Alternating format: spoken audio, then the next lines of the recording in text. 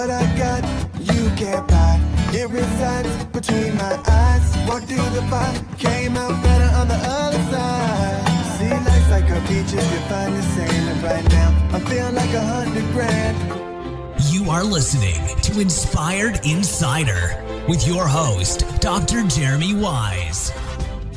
Dr. Jeremy Wise here, founder of InspiredInsider.com, where I talk with inspirational entrepreneurs and leaders. Today is no different. I have Micah Mitchell of Memberium. And Micah, before I formally introduce you, I always like to point out other episodes people should check out of the podcast. I just want to give a big shout to Dobbin Buck of Get You Wired, who introduced us. Actually, Mike and I think, had dinner maybe, 8 years ago with Kim Walsh-Phillips, Sean Buck at the Traffic and Conversion Conference. But Dobbin Buck interview was great. He's really a knowledgeable guy and some interesting thoughts on cultural leadership. Another one, since this is part of the SaaS series, Wade Foster was a good one, who co-founder of Zapier. That was a really good episode. Also, Jason Vanderboom, who founded ActiveCampaign, and Micah and Memberium do work on ActiveCampaign for membership. So we'll talk a little about that. And many more on InspiredInsider.com. And this episode is brought to you by Rise25. At Rise25, we help businesses give to and connect to their dream relationships and partnerships. And how do we do that? We do that by helping you run your podcast. We're an easy button for a company to launch and run a podcast. We do the accountability to the strategy and the full execution. So we call ourselves kind of the magic elves that run in the background and make it look easy for the host, so they can create amazing relationships and great content, and then most importantly, run their business. Now, if it's an automated membership site on Memberium, maybe they have a little more time than usual. But for me, the number one thing in my life is relationships. I'm always looking at ways to give to my best relationships. So I found no better way over the past decade to profile the people and companies I most admire and share with the world what they're working on. So if you thought about podcasting, you should. If you have questions, go to rise25.com or email us at support@rise25.com. And I'm excited to introduce Micah Mitchell. He's co-founder of Memberium. It started back in 2014. They provide the software solution to help you build an automated membership site that is deeply integrated with your CRM. By the way, this is without custom coding or expensive developers. They've done work with Tony Robbins, Dean Graziosi, Tyler Garnes, digital marketer, John Asseroff, probably half the cast if you've seen The Secret, Hay House Publishing, and many more. He's actually trained thousands of business owners on membership site strategy, and his company really prides itself on over-the-top support and advanced functionality to help people get stuff done online. It kind of, one of your first clients, I don't know if it's the first, but John Asseroff, I think, going back, basically, you could tell the story, but you just said, we'll move you, and then just did it, right? And it's not a typical for a software company. Yeah, definitely not. So when we got started, John needed the software really bad. And, he's got tens of thousands of people coming through there every day. So my partner and I, who developed Memberium, he's the developer, coder, David Bullock, we stayed up all through one night, basically doing a hot swap on the back end of the membership system on a live site and made it, totally seamless and switched him over. And John, we've both known him a long time. He's a good friend. And so we wanted to do that, for him to help him out because he was mid-launch and having issues with his other system. But to be honest, it was a little bit like, well, we'd love to have him as a star client, Well, with that type of thing, there's always just a pain in switching. And when you take, you just are the easy button for that, it just, why not? You know what I mean? Early on, we'll just start off with, not everyone knows what Memberium is or does. Just talk a little bit about Memberium. And as we're doing that, I'm going to share my screen. There's a video piece if you're listening to the audio only, and we're going to check out Micah's site. Yeah, so Memberium is a plugin for WordPress. WordPress is a website building system, a content management system. So basically, you have your content management system or your website, and then you have your CRM, which is where your customer data lives. And Memberium links those two together. So it's basically able to say, hey, you have paid, therefore you get access to this area of the website, or you haven't paid, we should try to sell you access to this area of the website. So it's pretty much membership control, but it's not like a standalone system. It's middleware between WordPress websites and a few of the popular CRMs, Keep and ActiveCampaign. And we'll talk about some of the use cases you can see here. Obviously, course creators, authors, service businesses, internal training. Talk about the evolution a little bit. Like right now, it's over a decade old. Talk about the start of it, and then we can walk through a little bit of some of those, the evolution and steps along the way. Yeah, in the beginning, it was kind of funny because people just needed basic protection, really. You could do fancier things, but it wasn't like everybody was doing it. You just needed to put your content behind a paywall, be sure that the right people were getting access and the other people weren't. And then the evolution has kind of been toward more and more community features, and then more and more gamification and learning management. So, for example, progress bars, check marks, percent complete, completion goals where you might earn a badge or some points.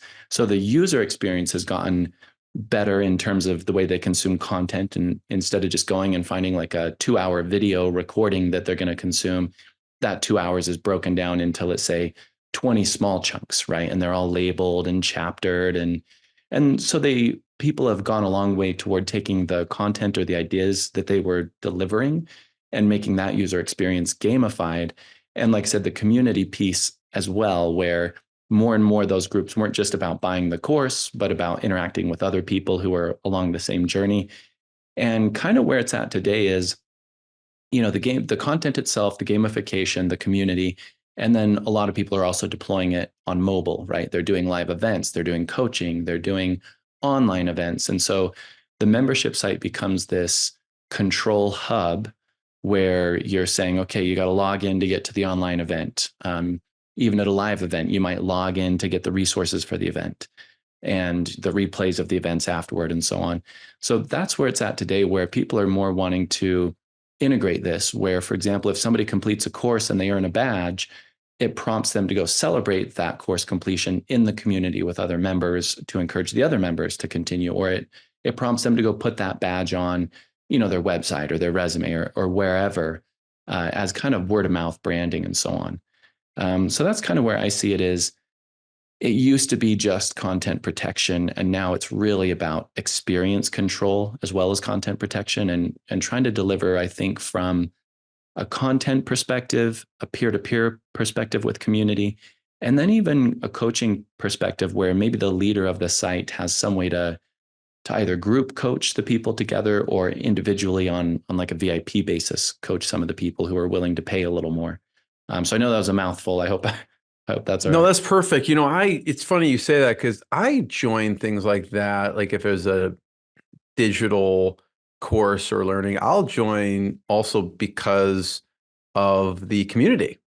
Like oftentimes there's a Slack community or Facebook community, and sometimes I'm like, great, content's great, but actually I'm paying you because I would love to be in a like-minded group of people. So for me, that's like, you've heard of it like direct response. Sometimes the bullets is why people buy, just like some feature. And that for me, just what you said is I may buy just for that alone. Yeah, definitely. I feel like often the content is great, but the content's only from one perspective or context. And then you go into the community and you're like, hey, how are you implementing this thing that we all learned together? And what about you? And they're like, well, I found it was a little bit too much for me, so I scaled it down in this way. And you're like, oh, that would work perfect for me. So the community is huge. Talk about, gamification. I think many business, no matter what business you're in, it could be online, offline, you can always incorporate different elements of gamification. What have you seen some of the cool things? You have a unique perspective. You've seen thousands and thousands of these. What are some of the cool things people are doing with gamification? You mentioned badges. What are some other things people do to gamify? Yeah. So let me share kind of a little story, first of all, that's kind of funny. So one of my friends, he's a case study on the site, and kind of an interesting story there with him, but he he talks about, for example, how he added gamification. It's Tyler Garnes. And he told people right up front, hey, these points don't mean anything. There may be no prizes basically, but people still worked for the points. They still wanted to be on the leaderboard, be recognized, maybe for their own sake, maybe for the, whatever public recognition. So first of all, there's something about gamification that's just a little strange. My kids use the app Duolingo some of the time to learn another language, and it's so gamified, right? It hooks them. They have streaks. They're competing against other people. There's leaderboards. It'll be time for bed, and they'll be like arguing, fighting to get their phone to go do Duolingo because they're on a streak and they don't want to mess up their streak. And it's like, well, how did this app get kids to want to learn a foreign language to that level, right? And it's gamification. So inside content, a good example is Digital Marketer, who we have with us, where they've been teaching and just were such experts that they had this library of knowledge. But you know what it's like to walk into a library. It's kind of like, wow, it's kind of overwhelming. And so they took their library of knowledge and turned it into a variety of certifications. And so instead of like, here's a training on email marketing, here's a training on paid ads, they said, here's an email marketing certification, here's a paid ad certification. And then later they went further. Here's a Google ad certification, a Facebook ad certification. And there being a goal to consuming the content of becoming certified is kind of gamifying it, right? There's something you win. Two, along the way for that certification to happen, they are pausing and quizzing and asking questions, making sure the person is understanding what they're consuming.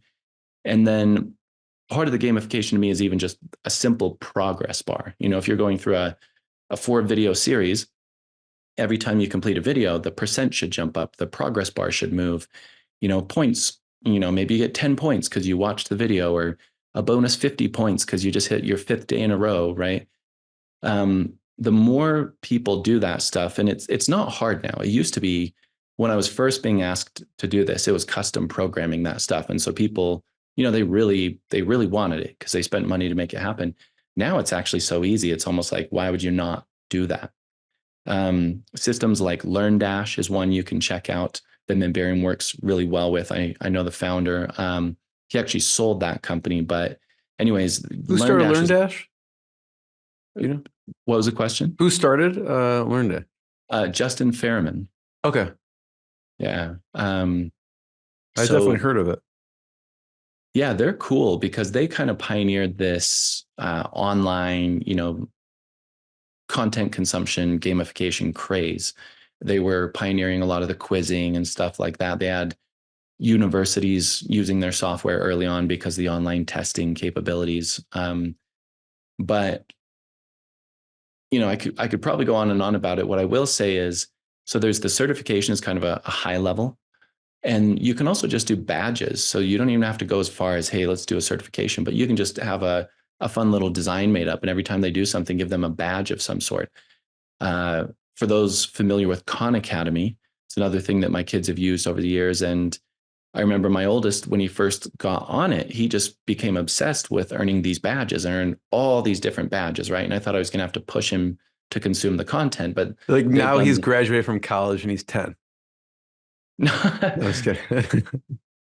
I wish. No, not quite. But it was just cool to see, right? And all of us adults are just little kids. So, I'm giving these as examples of little kids to say, if it can get somebody who, isn't normally incentivized to do these things, to do them for the sake of a pointless badge, the feeling I get, I guess, that they feel from earning those things, it's pretty cool. And then one of my friends, Mike Weiss, talks about the social viral loop, where when you get a badge, have that auto shared with other people who are at the same part in the course, right? Because if I'm, let's say, taking a course on how to build out a perfect webinar, and I'm constantly hearing about how my peers are like, hey, I just did my first webinar. It was awesome. I just finished my slides. I just recorded my draft, whatever it is. Oh, sorry, I've got an alarm going off. That definitely helps the other members see that it's possible. If they can do it, I can do it. It kind of makes it kind of incorporates gamification and the content and community all in one. Exactly. Yeah. And there are some platforms that do this in an all-in-one sense, SaaS, true SaaS platforms, but you give up some control to achieve that. What a lot of people are doing with Memberium, for example, is they want all that, but they want to really finely tune it. They have certain fun little things in their community, let's say that they've maybe done offline that they want to move online, and it's a little quirky, what you can do in person versus now you're in these technologies that have limits. So Memberium kind of takes those limits away, which is why I think a lot of people move to it, because I'll be upfront, it's not necessarily easy. We're always trying to make it easier to use, but it just has the functionality they need. What are some interesting things, Micah, from a offline to online? You mentioned some of the things people are doing. I don't know if you got a big influx, I imagine, during the COVID years when people were forced to go online, but some unique things that you've seen, or not unique, what people are doing to add value to their clients' community from offline to online. Yeah. There's so many people, right, who, when COVID happened, were forced to make that switch or go out of business.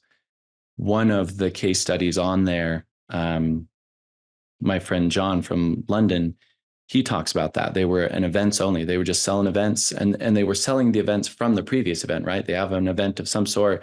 They sell those people into the next event, plus some others and whatnot. So what I'm saying is the event was his delivery mechanism. It was his sales mechanism. It was like his whole business, And they pivoted that into Zoom. And I guess lucky for them, their audience was also on Zoom with nowhere to go. And honestly, a lot of people had somewhat smooth transitions when they didn't overcomplicate it, when they just said, okay, we were doing that, let's move it to Zoom and try as hard as we can to do the same thing. Because I think there was a lot of uncertainty at the time. And so if they could provide continuity, people were into that.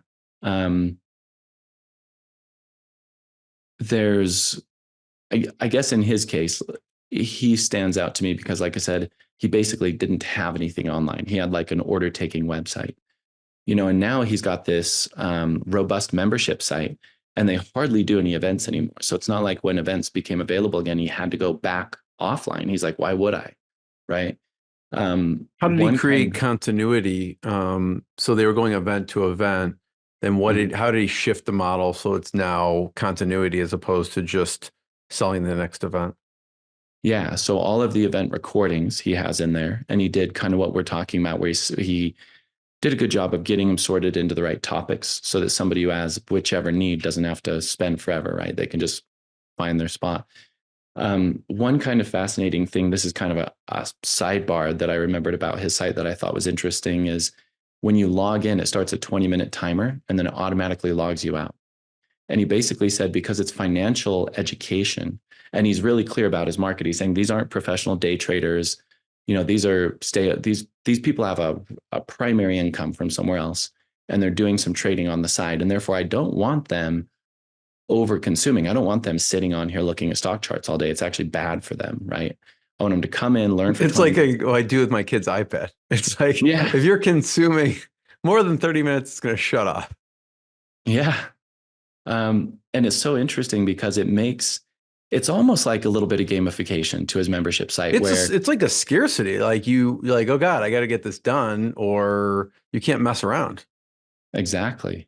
Yeah. And I thought that was just I'd never seen it before, but just such a unique idea. And it's one of those things they were doing at their events where they would get the people in a room, give them a bunch of data to analyze, set a timer, right? And he would talk about that, like, hey, if you sit in this too long, you can only consume so much. You make the right decision. If you keep consuming, you're going to start second guessing and get lost, et cetera. And so I just thought that was such a unit. And it's like big in the upper right corner of the membership site. When you come in, it's like clock's ticking. Pay attention, I have found sites like Eventbrite and some other sites will also put a clock on me. And I'm like, I know that they're not going to shut it off, but I'm still like looking at the clock countdown. And so psychologically, even though I know that, I'm still like, okay, I got to get this done. So it's interesting. But I love what you're saying about gamification. I made a bunch of notes, and I love the certification and badges stuff. And I just remember, it's just a universal principle. Like I remember I was using Fitbit. I don't use it anymore, but when I had the community feature and I saw like someone leap ahead of me in the leaderboard, I think one night it was like midnight and I'm like hopping on the elliptical, like, why am I doing this? It's because someone just hopped ahead of me and I need to get the last steps in at like 11:59 for the day. So it definitely, my competitive nature came out. So I love that, the gamification, the community. I know you talk about 4 stages in the Yeah. model. Can you break that down? Yeah. I've been doing live events teaching membership sites. And the main problem I noticed from, let's say, my presenter perspective is that people are just getting ahead of themselves. They come in saying, I'm at a membership site event. It's time to get going. And they're like, I want to be the Tony Robbins of sewing. I need a $2,500 program and a live event in Fiji. And I'm like, why? And they're like, well, that's what Tony does, And they just try to transfer something they've seen, especially from stage, somebody shiny who they want to be like, understandable. And so the 4 stages is kind of to help them say or realize, okay, that perfect, great, big vision, love it. Well, here's where you're at today and some of the actions you can take now to kind of get on the road versus that feeling of overwhelm. I got to write my book. I got to, et cetera, et cetera. So the 4 stages, in simple terms, stage 1 is when you have 1 digit of members. So basically between 0 and 9. And your focus is on building. So instead of dreaming, for example, instead of trying to plan out your mastermind group or your product ladder of all the things somebody could buy in the future, no, you're just building an MVP. In stage 1, and this is why I tell people, hey, this if you have 1 digit of members. How many members do you have? Well, none now, but I'm going to have millions, right? And it's like, well, okay, but how many do you have? You're in stage 1, okay? And so that pushes them to build a product, test a product. And until you can get more than 10 users, meaning you're typically signing them up one-on-one, they might be people you might be doing Zoom calls or something. That's all you do. And so it's kind of like you make a small product, you really talk to people to try to sell it so that you have a quick feedback loop. And that's stage 1 is about speed. You're just trying to get out of stage 1, create some product that a couple people like enough to give you a couple bucks for. Once you're into the 2 digits, okay, I got at least 10 members. Stage 2 is all about sales. So most people would think, oh, product improvement. You got 10 members, it's proven, let's improve. And no. 10 doesn't prove anything. You need to go sell till you get at least 100. Typically, this means you switch the way you're selling from Zoom and phone to something online, maybe if you have access to stages or webinars or podcasts, right? One-to-many sales, basically. And so the idea is, okay, you could sell it one-on-one to people, great. At least you passed that hurdle. Now let's get you over 100 members using leveraged sales or one-to-many sales, because frankly, if you can't get over 100 members, the economics of the business probably fail. It's not worth putting in all the hours to make a course to sell to 20 people. You'd make a little bit of money, but it's difficult to create like good course level content, So I tell people, look, stage 2 is about sales. That's all you do. And most membership site creators, course creators, authors, speakers, they don't want to do that. They want to gamify. They want to add a community. They want to build a mobile app, right? Because they're in their mind, if they have all these features, people would just buy it. No problem. And I'm saying, no. You actually have to do sales. You have to write copy, test, whatever, get above 100 members. Once you're above 99 members to 100, now you have 3 digits, stage 3. Now it's all about retention. And this is where it's fun. Yeah, go gamify. Go do the live event to get your members together. Virtual event online, great, but maybe even in person, bite the bullet, invest some money, get them together. All those things where you're building a community, you are focusing on improving your products. You might go refilm some of the videos in that first product that got you to where you are, now that you've had some feedback and know more and have a little bit of money because of the 100 members. So it's kind of this, self-funding, lean startup methodology as well, where, okay, finally in stage 3, you get to retain. And the beauty is, because you have that leveraged sales system into place, it keeps feeding what you're building up retention in. Again, that's stage 3 to 999 members. Then once you hit 1,000 and go into stage 4 is all about ascension. So this is where you do start a mastermind. You do start gold, silver, bronze, whatever you want to call that, VIP elite kind of stuff. because now you have a big enough pool of paying customers, even if they're only paying you a little bit, to say, hey, if 1% of you join my mastermind for $1,000 a month, I've got 10 people, you know? You don't need big conversion percentages to launch new products and make them profitable. And so now you head into Ascension knowing that I already solved retention. That's not a problem. That's solid. I have my leverage sales. And not that you can't go back to the previous stages and continue to iterate and work on them, but that's kind of the 4 stages in a nutshell. And I'll give you an example or two of where people screw this up. Hey, I have 9 members. Let me launch a community. Well, no one's there to interact with. I have 20 members. Let me launch Mastermind. Well, even if you get a high percentage of those 20 members, it's not enough people to be in a, to make those economics work out. But if you do follow this model, and I've Dobbin, who you mentioned, he's told me that they have this printed out and taped to the sides of the monitors of all of his project managers, because this is where all of their clients were having trouble. And I went and kind of taught their company this, and they were like, oh, that would be useful. And I found it useful in talking to a client, because at least the client can see now, okay, there's a real number. Do I have more than, what number of digits of members do I have? Where am I? So I hope that all makes sense. Short version. Yeah, I love that. I want to talk about the retention piece in a second. So don't let me forget, because you've been doing this for over a decade. Mm-hmm. And some of the things that your company has done from a retention standpoint. But you said something about the sewing for Tony Robbins, and I thought you've probably seen so many unique ways people have made money, and maybe shockingly. So what are some of the niches that you've seen that I love getting the creative juices flowing throughout, people creating membership sites for whatever?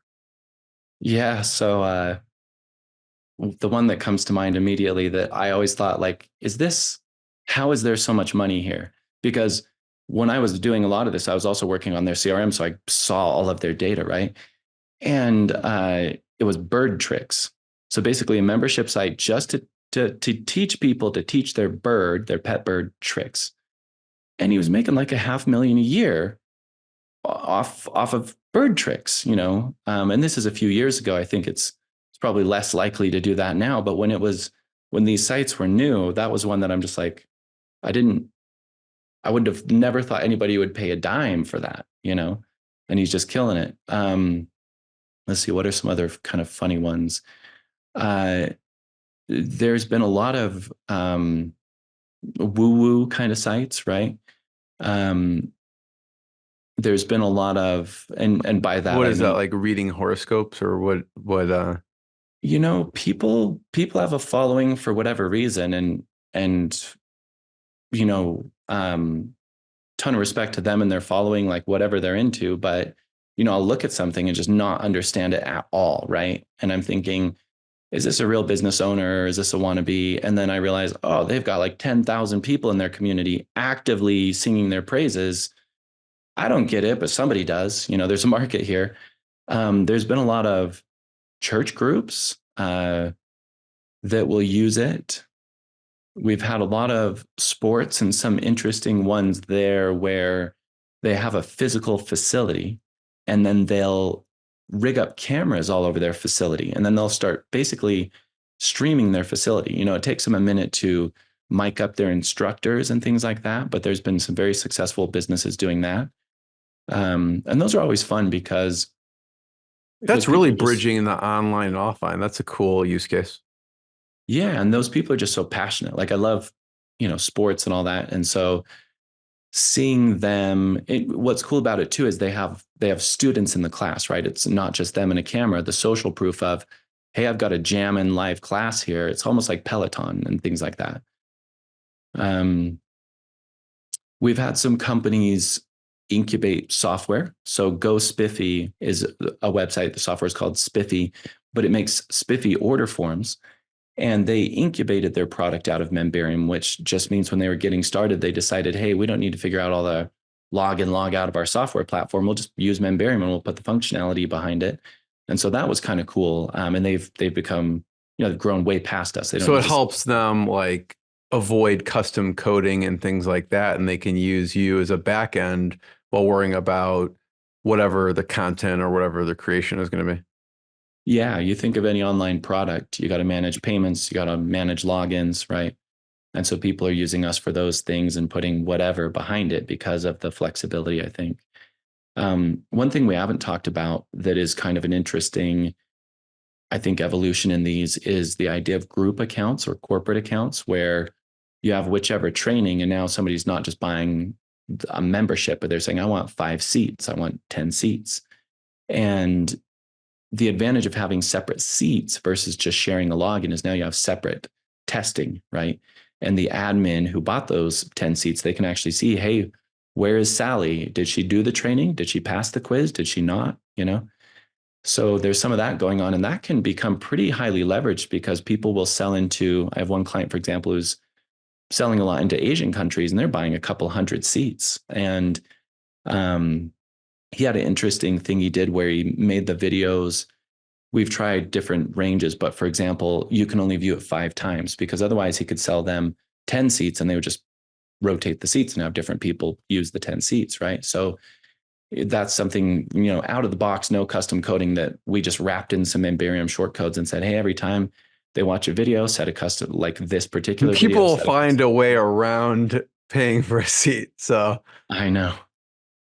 And at the end of the day, just a side note on security, I don't believe in online security, meaning no matter what you do, they can just screen grab what they're watching and share it, right? So it's almost like you're trying to deter the more honest to stay honest.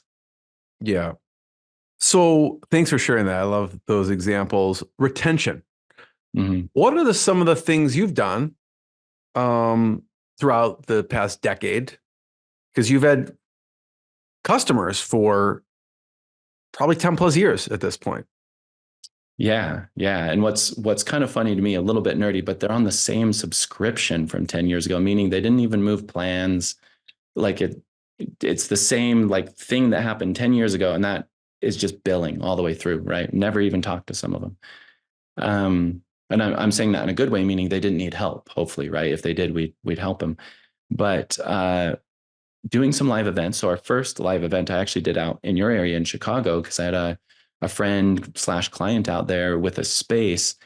And that just, I had been to some of my clients' live events before, but when I made myself do a live event, it was kind of a leap of faith. It was scary. The whole time I'm like, I'm never doing this again leading up to it, right? This is the worst. Why did I do this? And, just the stress and anxiety, but having people come together and then meet with one another. And out of that first live event, we also, I basically kind of last minute on good advice of a different client decided to make that live event a certification event. And so they all came and they did the event. And basically the only difference with it being a certification event is I said, hey, anybody who wants to stay longer and take a test and become certified, you can do that for free here only, basically, right? Because it was a first time thing.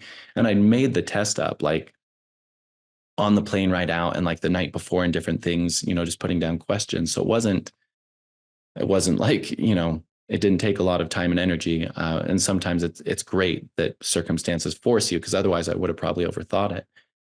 So that, though, it brought in these partners. And for example, we have certified partners now for, I forget when that first event was, probably 8 years now. We've had these same partners who, because they were there, they met each other, they met me, they met the other people in person, right? Hand to hand, face to face. There's a totally different bond. So it may not be I'm talking about all this online stuff, but I'll say taking online to offline definitely creates a much stronger bond. And then those same people online are your biggest advocates and supporters and social proof, for the other people online who you may not get a chance to meet. So I feel like that is a big deal. We've always gone just over the top on support. So I don't think anybody's ever left us because of a lack of support in any way, shape, or form. What we normally get is people saying, we reach out to you instead of the other products because we know you'll help us with those other products faster than they will. It's not even our product, but we'll do it. And that, I think, builds a lot of trust and a lot of longevity, because they know that when, especially these clients, when it's really important, like let's say mid-launch and you need help, you really want that support to be there. You don't want to call and talk to a bot and and be pushed off or wait 24 hours for a response to your ticket, you know? Talk about the partnerships for a second. And I know a lot of people really grow through partnerships, very leveraged. What have you incorporated in your partnership program that's been helpful? Yeah, so partnerships are kind of the core, I feel, of our marketing strategy. The term we use is sell the sellers. So there's layers to it. I mentioned certified partners. We also have, yeah, there you go, agency partners up at the top. They're kind of a higher level partner, and then down the page is the certified partners. We have referral partners, normal affiliates, and then we have, Here's Dobbin. yeah, um, and then we have our, I would say, strategic partners. So my mentor, who I've been doing monthly calls with for now about the same 10 years, he's always told me, take your top whatever partners and just always be there for them. So Keep, for example, I will do everything I can to sponsor any event they have, to support whatever they're trying to do. Right. And same thing for Active Campaign. When they did their first event, we bought up every sponsorship they would let us, yeah, we'll sponsor every meal, we'll sponsor the bags. So that's, in terms of partnership, just the purpose of that, by the way, is just to be there when they think, hey, we have this idea, who could we kick it around with? Hey, Memberium, these guys are supportive, let's talk to them, right? So that's, I would say, the strategic partners is a big part of it. And then, plus this that you were just hovered on there, they're a perfect example of, we look at everybody in our ecosystem as strategic partners. And so we've done a lot of webinars and work with Plus This over the years, where we're trying to say, hey, who is a mutual client who uses both of our products? Let's get them on and do a case study and talk about how do they use them together in combination to make things better. And our user base is kind of more tech savvy, and so they're okay using multiple products and integrating them. And when they do, they get these cool results, right? They get these really complex, awesome automations. With these partners here, so these are mostly our certified partners, but I'd say it's a lot more than just certified partners, meaning that, when I go to these events, I hang out with these people. We go to dinner, we'll shut things down, just kind of hanging out. And we're such goofy, introverted nerds that we get together in person and we're not doing much, but we're all enjoying it. And after all these years, I think just looking at these people on here, it's like, I know, all these people are diehards. I've known them for a long time. So, yeah, I think the offline has probably been one of the best things we've done for our partner category. Keep, for example, 2 months ago, I went down and I bought their customer service team lunch, like 60 people, had food catered in, and taught them during lunch about Memberium at my expense, all of it. It's a great opportunity for me, right? But that's an example of, hey, we'd be happy to come and teach your customer service team about Memberium so that when people are trying to buy or get help with your product and we can be part of that equation, you're aware of it, right?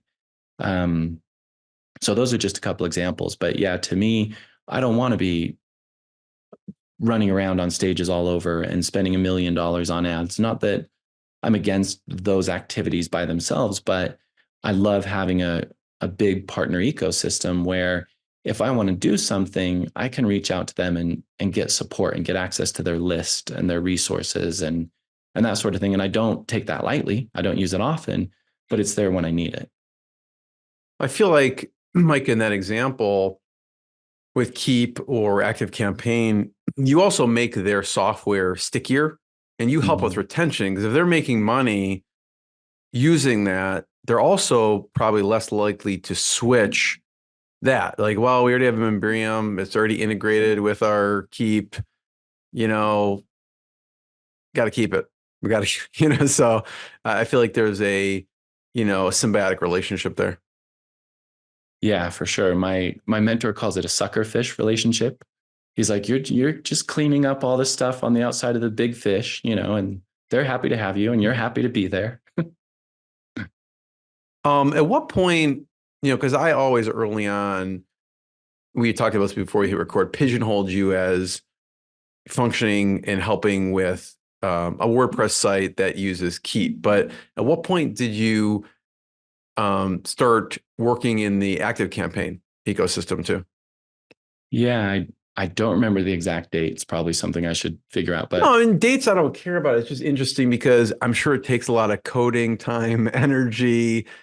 It's not so easy. You yeah, can't flip a switch and like, okay, we're going to start integrating and helping people on Keep. I mean, on ActiveCampaign. yeah. So Keep was really dominant for a long time. And then we started having this for a long time. We had just nobody leaving us. Like for the first year, I don't think we had anybody cancel at all even, right? And we're thinking based on SaaS metrics, we're killing it. Part of it was just Keep was doing really well. We're in this nice growing market. And at some point, as we were losing customers and pulling them on the way out, exit survey, where are you going? Oh, well, why are you canceling Memberium? Because we're canceling Keep. That was the main reason. Okay, well, within the canceling Keep reason, what's the main reason people are canceling? They're moving to ActiveCampaign. So we basically found this is happening. If we don't have some way for them to stay with us, they're leaving us for no reason, meaning these people were saying, hey, if you worked with anything else, I'd do it. I love Memberium, et cetera, was a lot of the positive feedback there. So you're right, it wasn't a small consideration because especially in my mind at the time, that was one of our best points was we worked only with Keep. So when people worked with us, we didn't have any frills. We didn't have any extra load on your server, nothing. It was as streamlined as it could be, which is why these, million plus member sites were there.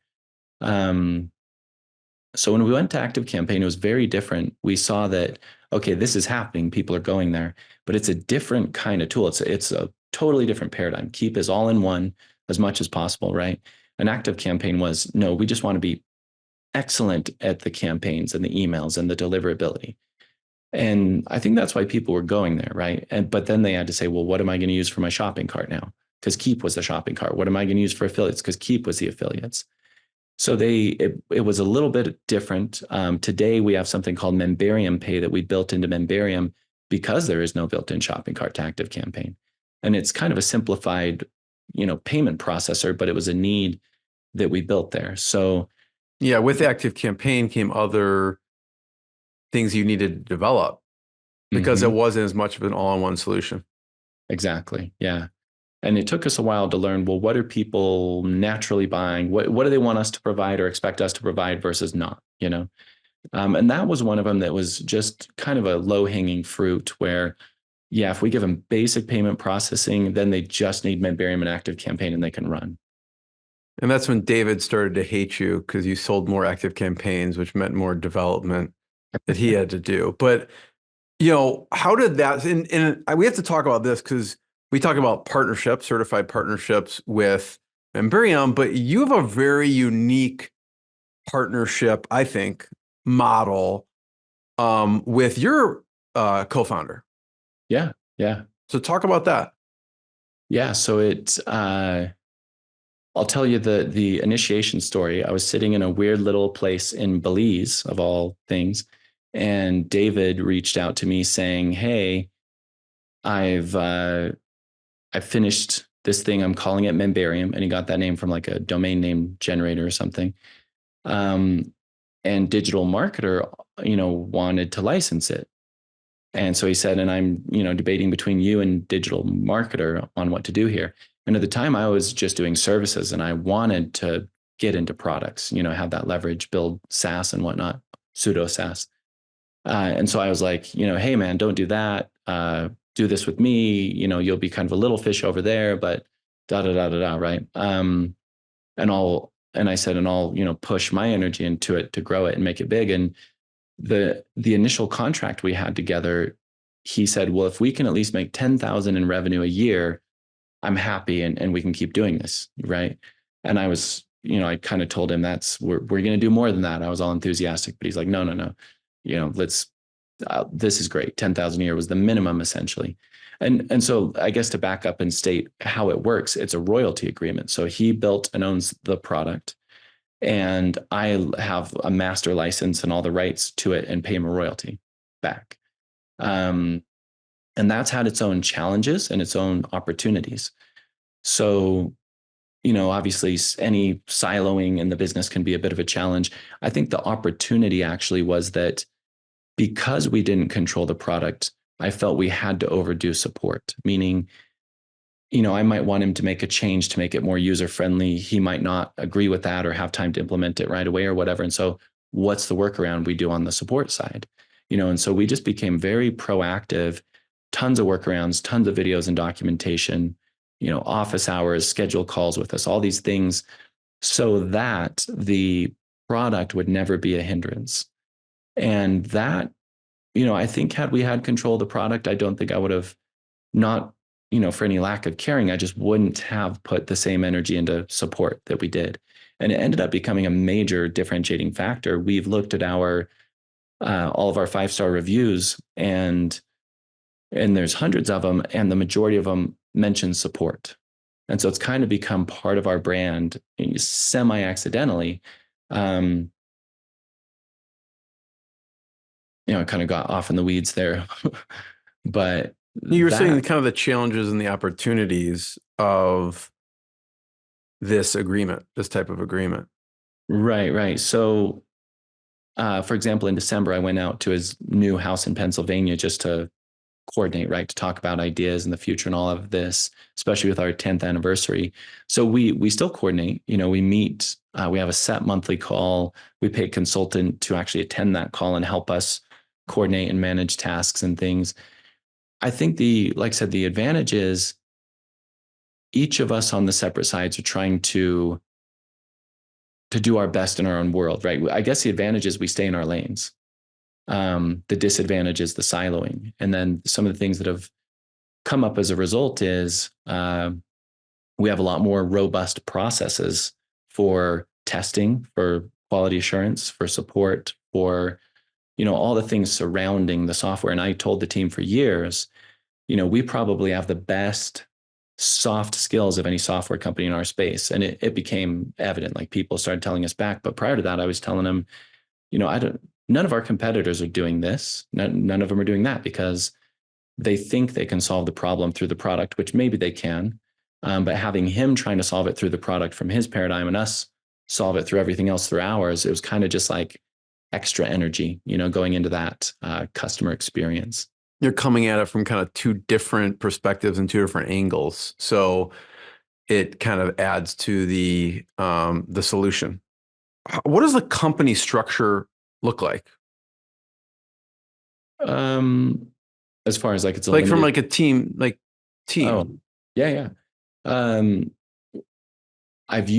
Dave and I kind of do our own thing, and then we use Upwork for everyone else, and we have forever. So right now I've got my two main guys have been with me about 7 years, came in the same cohort, and we used to, about a year ago, we were bigger. We had almost 10 on the team, and seeing, having dealt with the ongoing economic stuff, my mentors told me a few times, don't fight the Fed, essentially saying when they want to slow things down, they're going to slow things down eventually, right? And so seeing that happen, also seeing AI and all of those possibilities, and then also seeing where our market was, we downsized, and it hurt. It sucked. I cried. These are people I'd worked with a long time and loved working with, but I was just like, yeah, this is crazy for the future of what we're doing. And what was a surprise to me, because I thought it was going to cause the rest of us to have to grind, everything got easier. Everything just became, our service is faster, like meaning by metrics, we are doing better. And why is that? I think it's because there was a lot of middle management discussion going on. Like my thought was always to overstaff, so we'd never be, our response times would always be lickety split, right? But it added this extra mid layer of complexity, which once I removed, now we're just perfectly in sync. Customers come in, like I said, the first response time is actually down. We're faster, and we're getting more reviews from people. So it was my mismanagement, for sure. Excuse me. And my, pre-hiring, over-hiring. and putting too much into operations. One thing I realized, this was kind of another tidbit from a mentor, was if you want to be a growth company, you have to have at least 2/3 of the positions growth focused and 1/3 operation focused. And I was like 90% operation focused, you know, and just taking the sales as they came in because I was lucky to be in a good market. But then I'm realizing, oh, I've just added all these redundancies and layers, and it just wasn't necessary. And I thought I was going to have to rehire and retrain some new people, which again, I'd never in this company fired anyone before. So it wasn't, it's not my normal thing, but the writing was on the wall. And I made that, I'd heard also to make it kind of deep and decisive and all those things. And so I went deep and I did it early enough to pay everybody severance and all of that, which as Upworkers, they don't, that I treat them like employees. Even though they're through Upwork, so paid them severance. And that was hard, but it was, in hindsight, I'm so glad I did it, because now looking at the cost structure and where AI is going and all the things, it's like, oh yeah, we can build a few bots to do what everybody was doing. But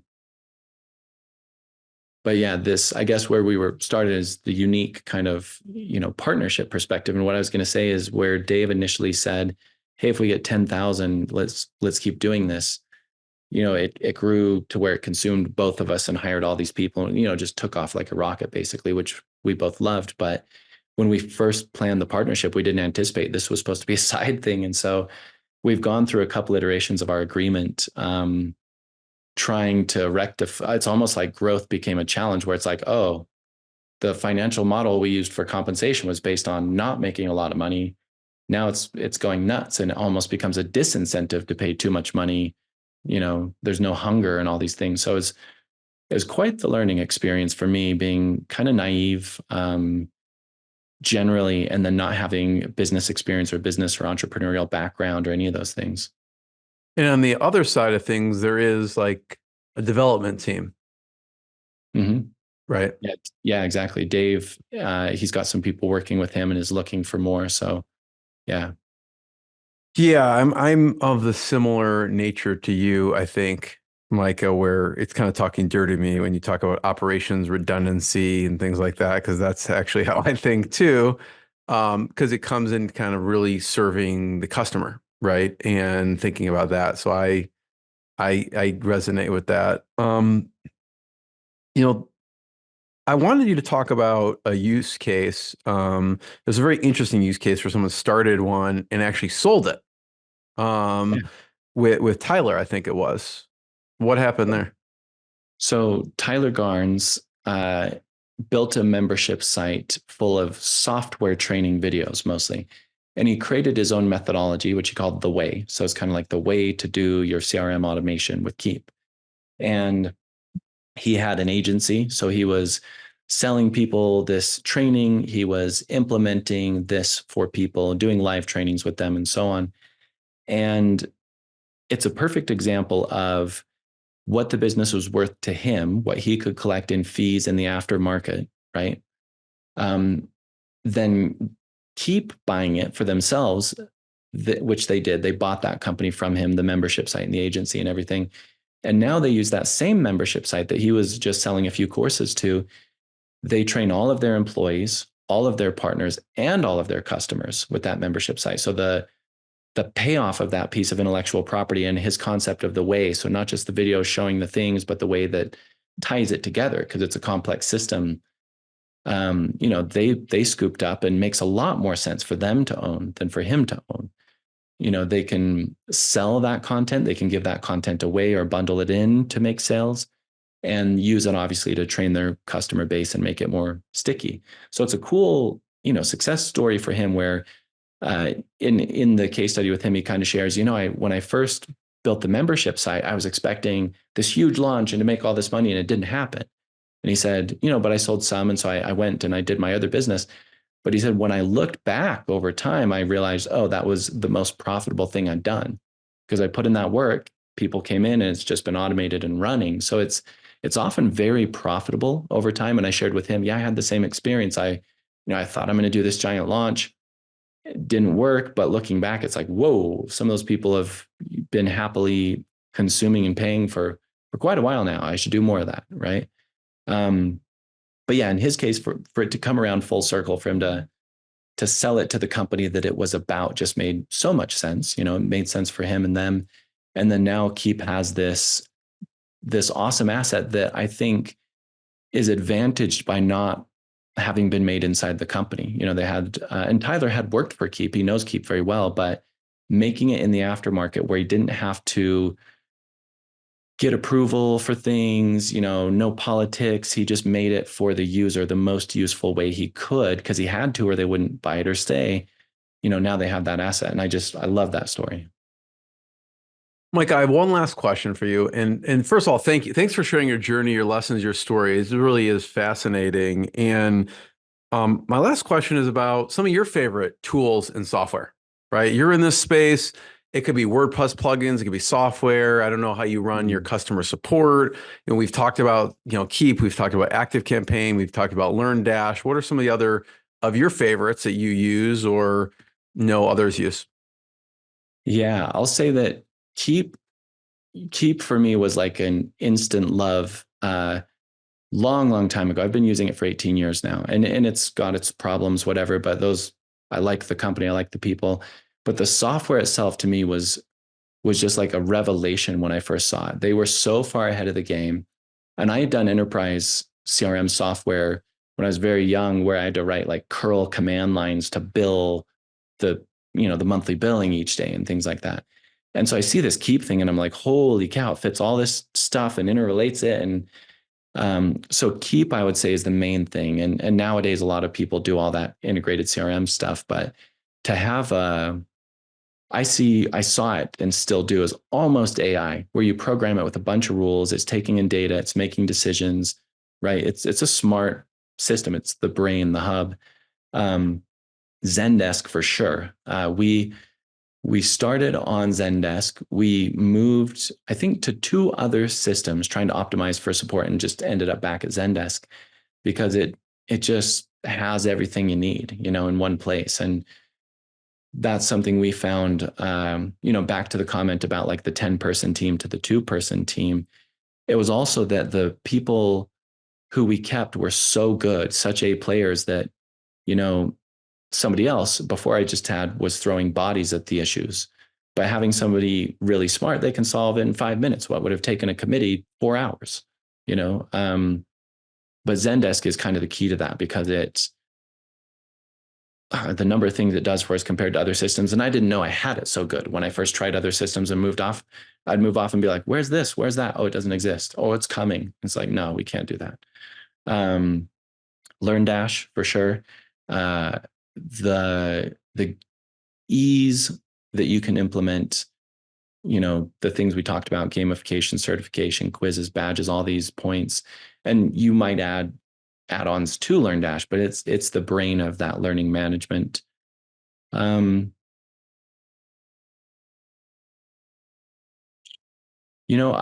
was once, a friend was making fun of me once at a live event we were speaking at, and he said, Mike is the only SaaS owner / tech Luddite that I know.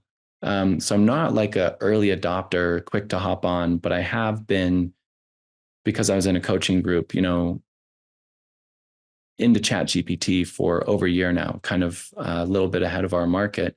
Not that I was using it perfectly, but just attempting. And I'm more and more every day, not just at other tools, but just like, man, I should bounce everything I'm doing off of this. Not that I shouldn't think for myself, but using it as a brainstorming. It's great partner. for brainstorming. Yeah, totally. Yeah, exactly. So I'm sure I could think of more, but those are the ones that come to mind. Yeah. Any apps on your phone? It could be productivity apps, or it could be just apps that you like. Really big into Spotify, both for music at the gym, podcasts the rest of the time. I love workout apps. I'll tell my team all the time, like if I ask somebody a question about their fitness, it's like, oh, what app do you use? And I'll tell my team, just get yourself on an app, forget about it. Like you shouldn't be, because for me, at least, I would always be thinking, what did I do before? And what should I do now? And just so much to think about. And once I got on an app, What do you then use? all of that mental power was going into the workout. What app? So someone recommended SmartWatt. I use that one. I also use Macros, and I also use Way of Life. So and Map My Walk. Looks like it's Under Armour. What are your favorite fitness apps? Mostly for me, it's just around weight training, just to force me to do it, basically, because everything else I kind of do or get through playing with my kids. But Fitbot is good. Body Fit is good. Under Body Fit, there's a program called Y3T that I've done over the years, and I would say it's probably the best results from anything I've ever gotten, because and it sucks to do, but if I simply follow that, then it's like, okay, I'm in top shape and I don't have to think or do anything else 4 days a week. I got to do this thing. It's going to be horrible, but then I move on and I don't have to think again. So I love that. I'm going to check it out. So Micah, first of all, thank you. Everyone check out Memberium.com to learn more and more episodes of the podcast. And we'll see everyone next time. Micah, thanks so much. Thank you. What I got, you can't buy. It resides between my eyes. Walked through the fire, came out better on the other side. See, life's like a beach if you find the sailing right now. I'm feeling like 100 grand.